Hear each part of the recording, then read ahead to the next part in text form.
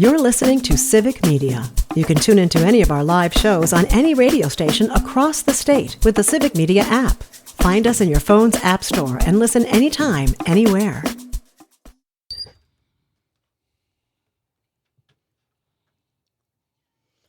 Good morning. Welcome to Matt Nair on Air. Jane Matt Nair, Greg Bach, and Calvin Butonoff coming to you live from our studio here at Radio Park in Racine. You can always join us, call or text.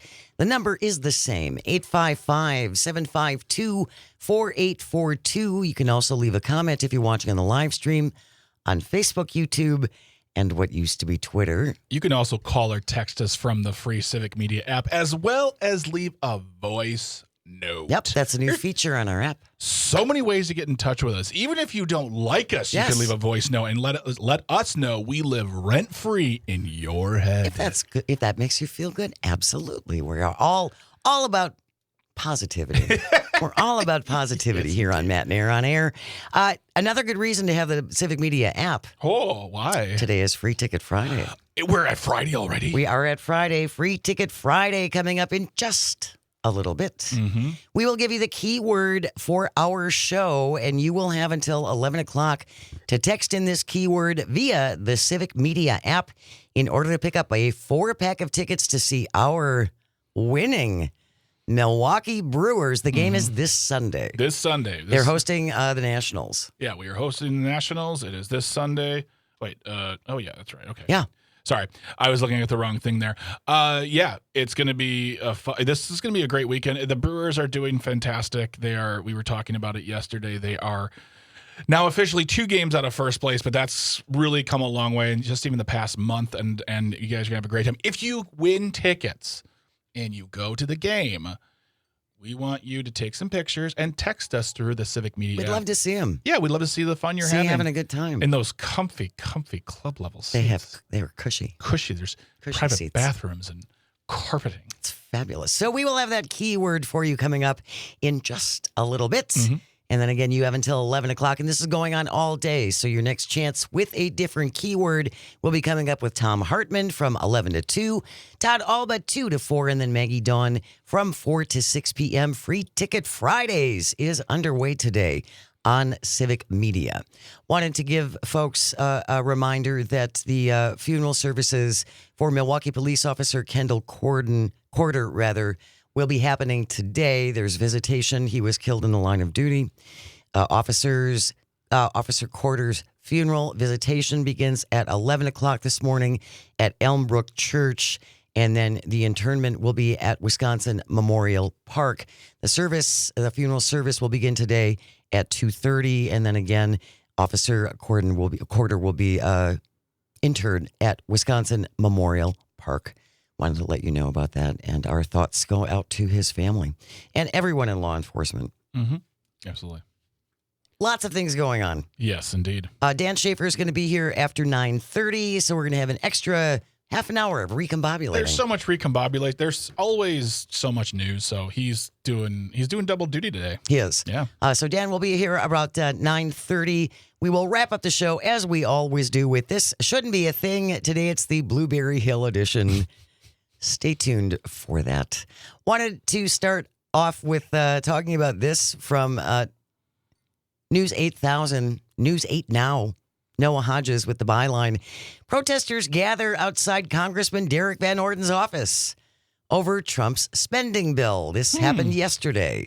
La Crosse residents, that is Derek Van Orden's district, isn't it? Yeah. Oh, he's not going to be there. La Crosse residents demonstrated outside of Congressman Derek Van Orden's office yesterday, voicing their opposition to the Trump spending bill and challenging Van Orden's claims about health care funding. Demonstrators say Van Orden misled constituents about what the bill is going to do to Badger Care, Medicaid. They say Van Orden's assertion that the legislature is going to secure billions for Badger Care was false and warned that proposed Medicare cuts will harm thousands of Wisconsin residents. And there have been expert after expert after expert, people who are experts on nursing homes, people who are experts on economics. I mean, all kinds of experts have all kind of weighed in and said the same thing, that the administration doesn't want us to hear. Yes. Essentially, that this is going to, yes, have major, major impacts on people in the Medicare system. It just is. Medicare, Medicaid, and what's that one? SNAP. SNAP. The one, and I'm gonna until he's out of office or he changes his mind and or apologizes for his vote. Let us never forget the fact that he said on record in a room into a microphone to an expert's face, melting down with a good old fashioned Derek Van Orton yelling fit that SNAP would not go down one nickel. Quote, one nickel. He said, and he said that from the point of view of a man who at one point as a child had those benefits back when it was called things like government cheese and food stamps, things like that. Right. But he was a poor kid. And he made it very clear that SNAP would not go down. Well, he is wrong. And was he misled? I don't know. Is he lying? Yes, he is. Well, and I think it's important that folks realize too, and I don't know that we've mentioned this enough, but the cuts and the changes to Medicaid and SNAP aren't going to happen until after 2027. 2027? Yeah. Or 2027? No, they're going to let the midterms happen. Yes, yeah. The midterms will happen next November. And then the cuts kick in 2027. So they're kind of playing it like if the Republicans are ousted in power at that time, then when all this pain starts under a Democratic administration, they go, yeah, it's his fault. Yeah, I mean, it's his fault. I mean, when the stock market crashed a couple months ago, it was Biden's fault. Every time something bad happens, it's Biden's fault. It's the Democrats' fault. It's always about pointing fingers, placing blame. It's never their responsibility. Well, your name is on a yes vote, Derek Van Orton. The people made their opinions very clear about you yesterday. And then we've been making our opinions very clear about it for a while. And if you look at his Twitter, it's full of nothing but denial and just insults. The insults of a man who clearly does not know how to exist in polite society. He is a bully. He is a traitor. He is a liar, and he deserves everything he gets when it comes to political, whether he's voted out of office or people protesting in his house. He made this assertion, SNAP wouldn't go down a nickel, and he was a liar because he voted for it. He voted for it 3 times. He voted for the budget blueprint. He voted for the original budget, and then when it came back from the Senate, he voted for it again. So everything he gets, he's due because he lied to the people. Van Orton responding to the demonstrators. And again, this article does not say if he was there. I highly doubt I looked for something on Twitter and I didn't Pretty sure he wasn't there. DVO says the Democrats just don't want to admit that Republicans saved Badger Care. The One Big Beautiful Bill allowed Wisconsin to have a 6% provider tax rate, giving $1 billion additional dollars to Badger Care. There's also a $500 million plus up for rural health care. I find it curious, then, if this is also wonderful, Darren, why didn't you make any appearances in your district to explain all the benefits of this bill to the people who voted for you? And why is there a record of you calling Governor Evers telling him that they have to save rural hospitals? If all of this is in the budget bill, then what are we even worried about? I mean, I'm dead serious. I agree, Jane. If there was something like, if there were these plans that were going to save access to healthcare in the state, especially in our rural western areas, people would be celebrating. People would be celebrating. You should be out there talking to people. Do a town hall. There's ways of doing this. But now you're saying this. Well, yeah. What makes, I don't know. He's a liar, so I think he might be lying. 855-752-4842, 855-75-CIVIC. If you would like to join the conversation, Gene from Eau Claire is on the line. Good morning, Gene. Thanks for joining us. What do you want to say about this? Hurrah for you guys. I have never seen such a liar in my life in my district. And I'll tell you another thing, if he don't think he's lying, then he's psychotic and he needs to get the heck out of that position because he takes right after our president. He was advertising this beautiful bill. I don't remember the name of the people that were paying big bucks to put it on our television and on the internet about how wonderful this bill was and how it wasn't going to hurt us and all the great things it was going to do. People need to wake up on this one because this guy never should be in an office in the United States of America, representing the people making these important decisions, as should never be Donald J. Trump. That's my opinion, and I'm sticking to it. And you guys have a great weekend. Thank you. Bye. Thanks a lot, Gene. Bye, Gene. Really appreciate it. Yeah. I want to know more about this 6% provider tax rate and the $1 billion to additional to Medic. Last time I checked, Jane, Robin Vos doesn't take money from the government for Badger Care. We've been denying it since Obamacare. years. We've been denying it for expanding Medicaid for new moms. So it's $1 billion. Okay. Show it to me, and then show me the version of Robin Vos that says, yeah, we'll take it. It's interesting, too, and I think what is really starting to turn the tide among some as far as how they look at this administration is this whole Jeff Epstein thing. Yeah. The Jeffrey Epstein and all Pam Bondi and Kash Patel and Dan Bongino and all those guys spent a couple of years promising their base that the Epstein client list was going to be released. And of course, no one was going to be on that list except for the Clintons and other Democrats and apparently Tom Hanks and other journalists that they don't like. So they have been promising them and building them up to this point that this is the thing that's going to indict everybody. We're going to have indictments. We're going to put them, send them in jail, and we get to watch them get perp walked. And now there's no list. Poof. Just doesn't exist. There was never a list. There was never a list. You remember the list we told you about? Remember the list that we handed to all those podcasters right before they walked out the door of the White House, and that they held up in front of the media? That was those were all. Yeah, that was not. No, there was. You didn't see that. No. Then those binders were empty anyway. Jane, it was what all happened there is what experts called a lie, because they're liars. They're nothing but liars. Yeah. This is not sitting well. No. This whole Epstein and the non-existent Epstein files now that people had been promised for a couple of years, they're not happy about this. No. And I caught this clip from a podcaster. I think, Galvin, we have time to play this clip, don't we? And then we'll continue on the other side. Let's play this clip from Andrew Schultz. Andrew Schultz. I was going to call him something else. But yes, let's play that clip, please, Calvin. People that they'll DM me and be like, you see what your boy's doing? You voted for this. I'm like, I voted for none of this.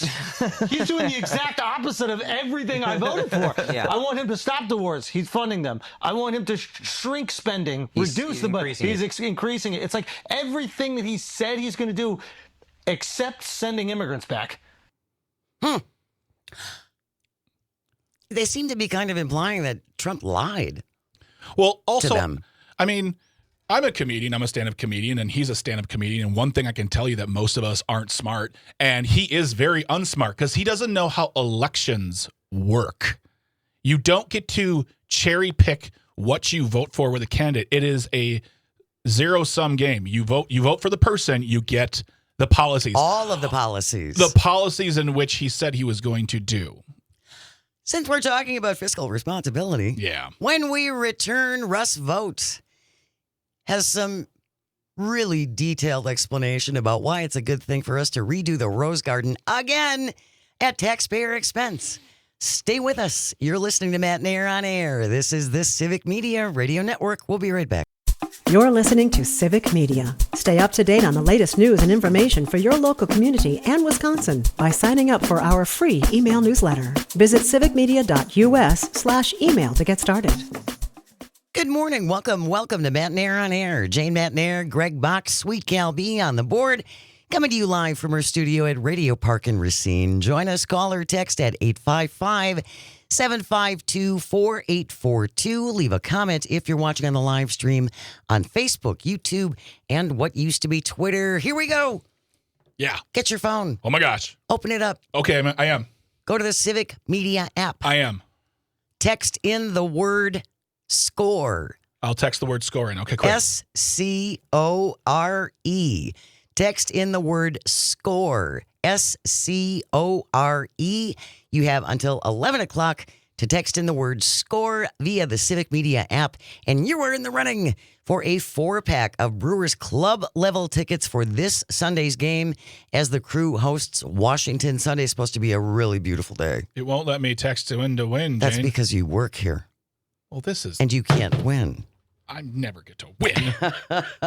But if you're listening, you can win. Yeah. Text in the word SCORE, SCORE. It's our free Ticket Fridays. You can text that in again until 11 o'clock this morning. Tom Hartman will have a different word for you after 11 o'clock. Todd Alba with a new word from 2 to 4, and then Maggie Dawn from 4 to 6. The key word to text in right now is SCORE, SCORE.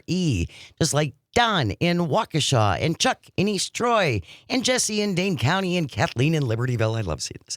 Anne Marie in Brookfield, and Dennis in Milwaukee. Good luck. Keep texting the word SCORE, SCORE. Free Ticket Fridays. Today we are playing for a 4-pack of club level tickets for this Sunday's game as the Brewers host Washington. Good luck. And you've got till 11 o'clock. Good luck to you guys. I don't get to do anything. And if you don't have the Civic Media app, please get it. It's a really great app. Not going to cost you anything. It's absolutely free. And you can curate the news you want to get. Yep. You can listen to all of our stations across the network. Civic Media has a whole bunch of wonderful music stations. Yes, we do indeed. If you want to, check out some of our music stations, you can access all of our stations via the Civic Media app. It's pretty cool. So far, we've had people contact us to let us know they're listening to us in places like New Zealand, Vienna. I think Milan was one of them. But yeah, you can take us all over the world. Absolutely. And listen to us anytime, anywhere, because we know you're busy. So get the Civic Media app and make it simple. Take us with you. And good luck. Before we went to the break, we were talking about protesters in front of Derek Van Orden's office in La Crosse yesterday, not happy about the budget bill and the anticipated cuts that will be coming. And there was an interesting exchange between Russell Vought, him, the author of Project 2025, and now the leader of the Office of Management and Budget. He was asked by a reporter yesterday, they're all about fiscal responsibility. Mm-hmm. They're all about pinching pennies, He was asked about the second now revamp of the Rose Garden, because Melania has not done wrecking it from the first time around, and the cost of that free plane that we just got from Qatar, that he just got from Qatar. That's going to cost like $1 billion to revamp it. That we get to pay for. That taxpayers get to pay for. That Donald Trump might not even fly in. Yeah, right. So Russell Vought was asked about the expense for the second redo of the Rose Garden and also this free plane. Calvin, let's play Mr. Vaught's response, please. We have a lot of administration priorities, and I hope what you've learned from our, first term, this term, like we need to spend in areas. We need ships. We need aircraft. Yep. We need a new presidential plane that's been in the works and been delayed for a long time because contractors are behind. And so that doesn't mean we don't spend where we need to spend. Yeah. But we've always offered up a fiscal picture that gets to balance, that reduces the deficit, that deals with our debt, and we're doing it in a host of ways in this term, and so that won't change. Okay, so that's a lot of words. We've heard Russell Vought saying many, many words, and essentially not answering the question about why, when we're going to kick kids off of SNAP, when we're going to kick elderly people out of nursing homes, why it's a good idea for us to spend taxpayer money to concrete the Rose Garden is essentially he wants to put a patio in there and pay for his plane upgrade. Yeah, we pay for that. I mean, yes, our tax money pays for the creation, upgrades, and any repairs being done to Air Force One. But this is what I would call an extraneous purchase or expense, not purchase. We got it for free, which doesn't seem shady at all. No, not at all. No questions involved with that at all. But I mean, this it throws the emoluments clause right out the window, and it goes to the fact that this is just another thing that he and the Republicans get to do. And there's questions. There are questions. There is outrage, but then the news cycle is such where we just move on to something else because it gets surpassed by something else that everybody's going, what? Yeah. So, and I was trying to find the cost of the original Rose Garden When she took out all the flowers? Yeah. It was actually funded by the Trump campaign. Oh. So there's no record that's available. Of how much it costs. Yeah. Interesting. And some people said it cost a couple $100,000. Some people said $60 million. I'm going to say it cost money, and that money was not paid for. And because it wasn't paid for by the people, we don't know. So we don't know how much they might spend for this one. I just have a feeling, just a thought, just a gut instinct. I have an intuition. Isn't that what Mike? Yes, you have an gut intuition. Yeah. That his campaign ain't paying for this one, though, this time. I think you might be right. Yeah. We have news coming up. Dan Schaefer, an extended time to recombobulate. Stay with us. You are listening to Matt Nair on Air. This is the vast, statewide, countrywide, take us global on the app, Civic Media Radio Network. Good morning. Welcome to Matt Nair on Air. Jane Matt Nair, Greg Bach, Dr. Slide on the board, coming to you from our studio at Radio Park in Racine, where you can always join us. Call or text at 855-752-4842. Leave a comment if you're watching on the live stream on Facebook, YouTube, and what used to be Twitter. It is Free Ticket Friday, so grab your phone, open up the Civic Media app, and text in the word SCORE. You can't. You can't. SCORE. Text in the word SCORE. SCORE. And you're in the running for a 4-pack of Milwaukee Brewers Club level tickets for this Sunday. Crew hosting Washington. So text in the word SCORE. Right now, you have until 11 o'clock this morning. SCORE. Text in the word SCORE. And you are in the running for this Sunday's 4-pack of club level tickets to see the Crew host the Nationals. You can be in the running just like Steve and Hayward, Luann and Wanderus, John in Oshkosh, Kimberly and Wauwatosa. Keep them coming in, you guys. Good luck. And then your next chance with a new word after 11 o'clock with Tom Hartman. I just love that the fact that there's a place in Wisconsin called Wanderus. We may have to go there next. I agree. It just sounds like a place that a magical elf had created. Like, I'm in Wanderus. Ooh. We'll do that next. There you go. After next week's road trip, because Butternut's my spot. So we'll put Wanderers on the list of our new favorite places we have never been. There you go. All right. Keep them coming, and good luck. Free Ticket Fridays all day today. Tom Hartman, 11 to 2. Check out Todd then with a new word from 2 to 4, and Maggie Dawn from 4 to 6.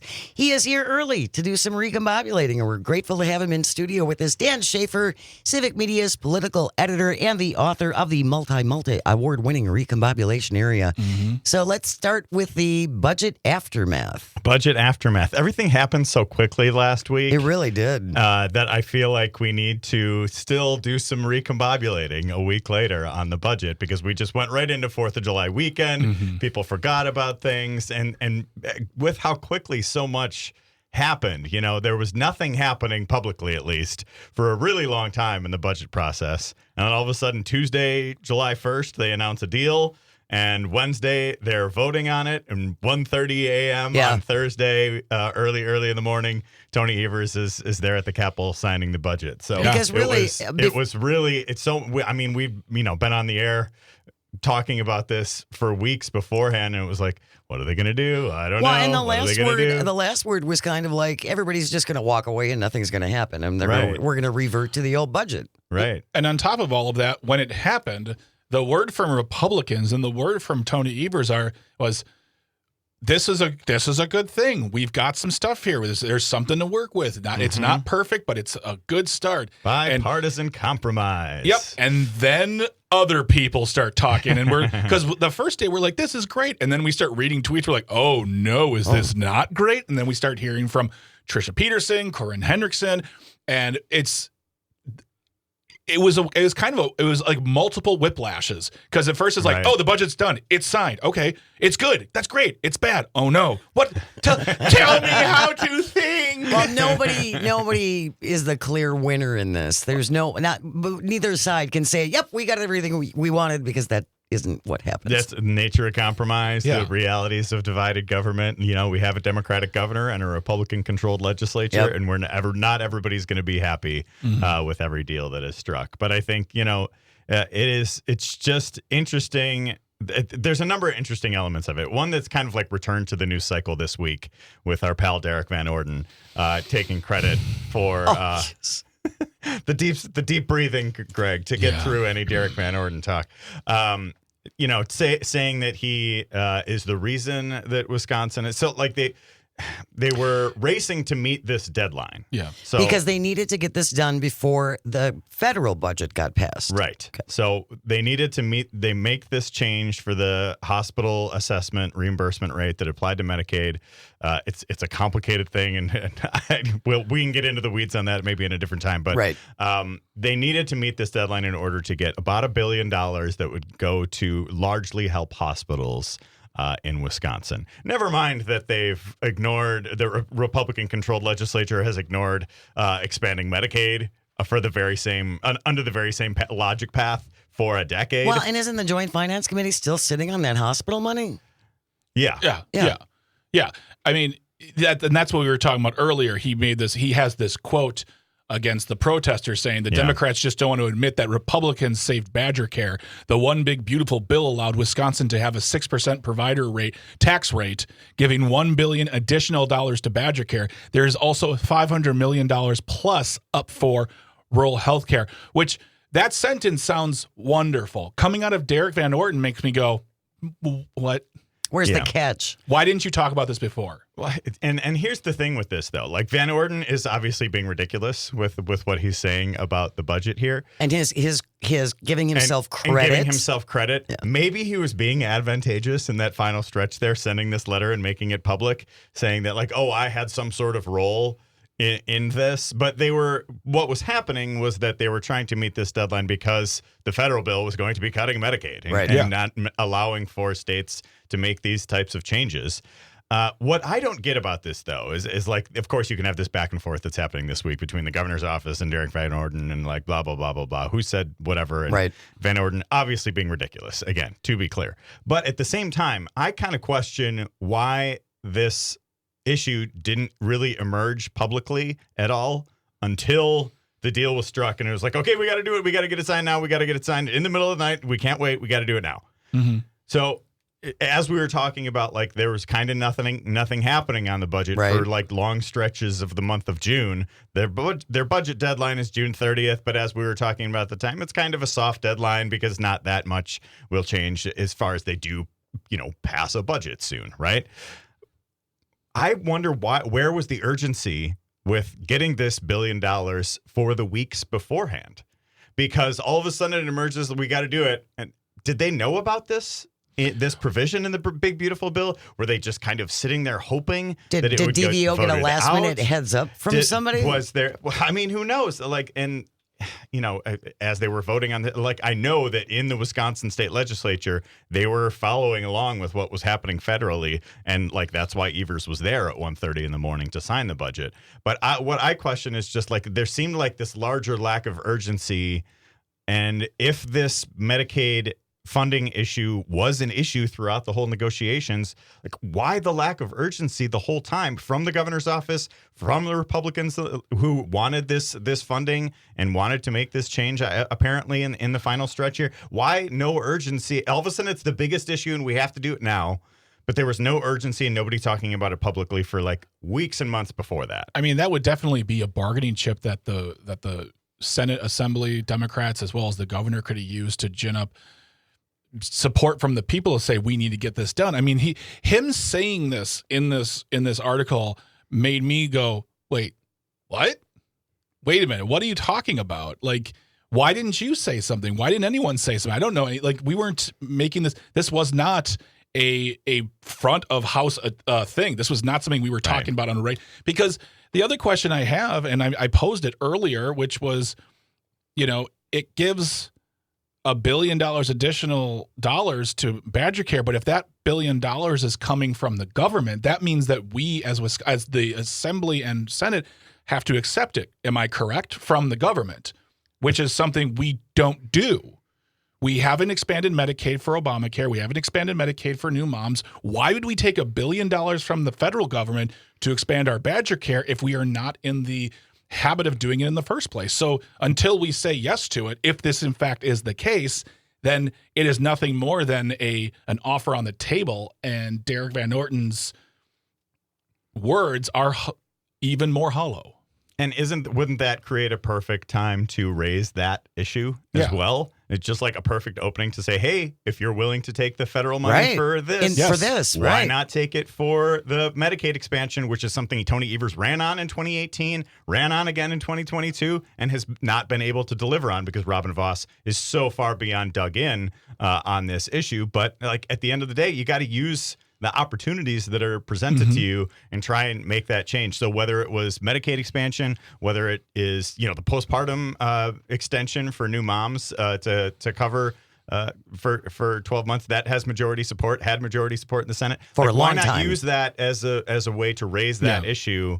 I know Evers had outlined kind of 3 key issues that they wanted to move on with the budget: K-12 education, childcare, and UW system funding. For how much we've all been talking about Medicaid and how it relates to the big, beautiful bill and all of these different things. Like, why not bring that issue up more? Much sooner. much sooner. Yeah. If you're just joining us, we're talking to Dan Schaefer. He is Civic Media's political editor, as well as the founder of the multi-award winning Recombobulation Area. And he is recombobulating early this week and a lot. Like, he's doing double duty. And the other thing, too, that was in that statement from him was there is also $500 million plus up for rural health care. I want to know more about that, because that ties in directly to the story that came out this past weekend. I think it was on Sunday or Monday, that said that Derek Van Orton has been talking to Tony Evers about saving rural hospitals. Well, again, if this was such an important thing, why wasn't Derek Van Orton standing at the top of his pulpit and saying, no, we need to make sure that my Western Wisconsin has access to healthcare access to healthcare, hospitals, clinics, when he knew that this big bill for billionaire was going to cut all of that further than it already is. So there's $500 million apparently, but yet he's telling Tony Evers he has to save rural hospitals. That also doesn't make sense to me. So there's a provision they put into the big brutal bill in the 11th hour there, because they were recognizing that these deep cuts to Medicaid were going to be a disaster for rural health care, because it's just the economics don't work for having hospitals in rural areas. And so the bill added an amendment that had a $50 billion fund, $50 billion with a B dollar fund called the Rural Health Transformation Program. Okay. All right. And so I think that is what Van Orden is referring to there, is having some sort of access. But it's like this classic Trumpian type of policy where it's just like, hey, I'm going to decimate, I'm going to raise these tariffs that are going to decimate, agriculture exports. I'm going to and then throw some money to farmers or whatever, right? Yeah. And so it's kind of the same thing. I'm just like, I'm going to destroy this thing, but here's a bunch of money to try to mitigate, take some of the sting out of it. My own policies, but right? The sting of my own policies. But I have to wonder also if DVO isn't feeling some heat and thinking, geez, this isn't going quite the way we all thought it was going to go, and people aren't embracing this, so I need to do something that goes like, look, I really do care. See, I do care. But the thing is, instead of standing up and saying, once again, we understand that the bill was not advantageous for everybody or whatever, and I'm not asking to take fault, blame, or, responsibility for his yes vote, but this statement he made isn't being made as a PS to the bill. It's being made at these protesters. He wouldn't have said this had the protesters not shown up, but that's what he does. He reacts. He doesn't plan ahead. And that's what this whole thing is. It's not planning ahead. We are recombobulating with Dan Schaefer, Civic Media's political editor and the creator of the Recombobulation Area. Stay close. You are listening to Matt Nair on air on the Civic Media Radio Network. Text in the word SCORE. Free Ticket Fridays continues. You're listening to Civic Media. Find the latest news, information, and archives of all your favorite shows on the Civic Media website, civicmedia.us. Good morning. Welcome to Matt Nair on air. Jane Matt Nair, Greg Bach, Caliente on the board. Coming to you from our studio at Radio Park in Racine. You can always join us. Call or text at 855-752-4842. You can leave a comment if you're watching on the live stream on Facebook, YouTube, and what used to be Twitter. Shows are going on the road. Mm-hmm. Next week, Matt Nair on Air and Todd Alba teaming up and hitting the road. Our summer tour includes stops next Wednesday. We're going to broadcast from the EAA Museum in Oshkosh. Mm-hmm. On Thursday, we are going to broadcast from an art gallery Yes. in Butternut. Butternut. And on Friday, we will be in Hayward at The Lot. The Lot. Yes, indeed. It's The a cool Lot. little, It is cool a little artist spot. space. It is a hot artist space in Hayward. If you're in the area, we would love to meet you. Come on out. Broadcasting live, our show from 9 to 11, Todd's show from 2 to 4. It's going to be a lot of fun. We're really looking forward to singing show tunes in the car as we travel from space to space. Oh, that's going to be. I wish I could hear all of that. We'll You got to do have some- a live stream. We will. Like an Instagram live Yeah. of you guys singing in the car. Show Yeah. tunes. Oh, Yeah, we're me. How did you get banned on Instagram? Show tunes. So join us next week as we hit the road. Matt Nair on Air and the Todd Alba Show next Wednesday, Thursday, and Friday. Civic Media's political editor and the creator of the Recombobulation Area, Dan Schaefer, is here to break down all of the most recent news. We were talking about the budget, which we finally have We finally have a budget. It Not- came together in a discombobulating week, in the middle of the night. and that's why we've got to recombobulate this week. But Going on seriously, here. and the news cycle works so quickly now Yeah. that Yeah, things yeah. just get lost. So some of the other big things in the budget bill, especially about childcare. Yeah, and I wanted to talk a little bit about some of what ended up in there. So I think, it was very exciting to see that Republicans were finally willing to do something on childcare because that seemed like such a main sticking point in the negotiations. And the governor, I've criticized other aspects of how they've approached the budget. I think childcare in particular is one that they have really done a good job on advocating for repeatedly.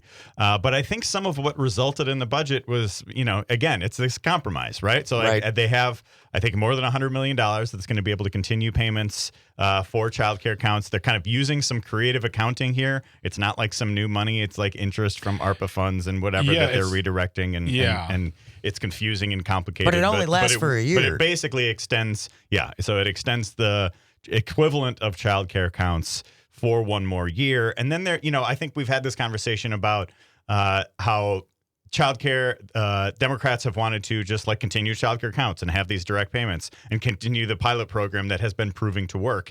And Republicans, as they often do with a lot of things, they're just like, we just need to deregulate. We just need to Let's have more 16-year-olds in there. Come on. And that ended up in the budget. And so a couple of the things that ended up there that I think childcare providers are not thrilled with is that there is a program in there to increase the number of children a single staff member can oversee in the classroom from 4 to 7. And so I think it's already a really hard job, and it doesn't pay well. No, and it now you're doesn't- going to have it an even doesn't- more difficult job. It doesn't pay well. Right. And so this doesn't really move the needle on those, the direct payments will keep places open for another year. I don't think it's going to move the needle on needing to address wages in that industry, which is such the key issue. And then there's another piece of it that allows for 16-year-olds to serve as assistant teachers. And so there is a lot of the kind of stuff that we talked about and didn't really like with childcare that ended up as part of this too. So when you're hearing, hey, historic investments in childcare, well, historic investment in childcare would have been $1 from general purpose revenue in the state because we've just never committed anything to it in Wisconsin. So historic gains. Well, historic from zero is Still anything historic. is Yeah. historic when it's from zero. Right. And that's what we talked about. That's what we brought up many times when Robin Voss likes to pat himself on the back saying, we've made the biggest investment into education in a generation. I'm like, yeah, that's up from zero, bro. That's a huge investment when it's nothing. Right. And the other thing too is the fact that, I think one of the things that we talking about this topic need to really put into our vocabulary or make part of the discussion that when we say childcare, we're not talking about daycare. We're not talking about babysitting. We're talking about education for children. These are actual programs. These are programs that are trying to engage the brain of children at their most developmental. Developmentally most. It takes in that information so well. That this isn't just dropping your kids off at the babysitter. This is actual school you're paying for. They're reading with kids. They're learning shapes and colors. All those like basic things. Yeah. This is and that needs to be part of that conversation, because I really think when we say childcare, people just equate it to babysitting. I agree with you, and that's why when we talked to Trisha Peterson last week, who is works with Corinne Hendrickson, and we've talked about this a lot. But yeah, I do think that there's this assumption that it's how hard can it be? You got 7, 5-year-olds running around your house for 8 hours and they play. That's not what we're talking about. We are talking about much more structured, much more targeted educational activities for these kids to get them ready to learn when they go to school. And it's just like having kids who've been in childcare for a time. Like the people who are working there become like almost an extension of your family because your kids spend so much time with them. Sure. And it's just the fact that I think average wages because of childcare counts went up, but it's still like kind of at what minimum wage should be type of levels. It's like around $15 an hour. Yeah. I've talked to Corinne Hendrickson on a number of occasions about this, and she was just like, my 17-year-old or whatever is like making more at Culver's or Quick Trip than some of the people that she was hiring at her. Yeah, I don't remember the details, so I don't want to speak for her. But like that's the general idea of it. They're not trying to make millions off of you, and when they have to raise their prices, it's not because they need because they need a third car or fourth car. It's because they need to take care of these kids, and they made that very clear over and over again. Now they're going to have to take care of more kids. Yep. Yeah. News is coming up next. Stay with us. Text in the word SCORE using the Civic Media app, SCORE, for that 4-pack of tickets for this Sunday's game as the Crew host Washington. You're listening to Matt Nair on Air on the Civic Media Radio Network. The national news cycle never stops, but it can be hard to find news about your local community. Civic Media is dedicated to providing quality local and state news coverage across Wisconsin. With the Civic Media app, you can get notifications about local stories that matter to you and your community. Find the free Civic Media app in your phone's app store and choose notifications from the menu to tell us what kind of news you want to hear about.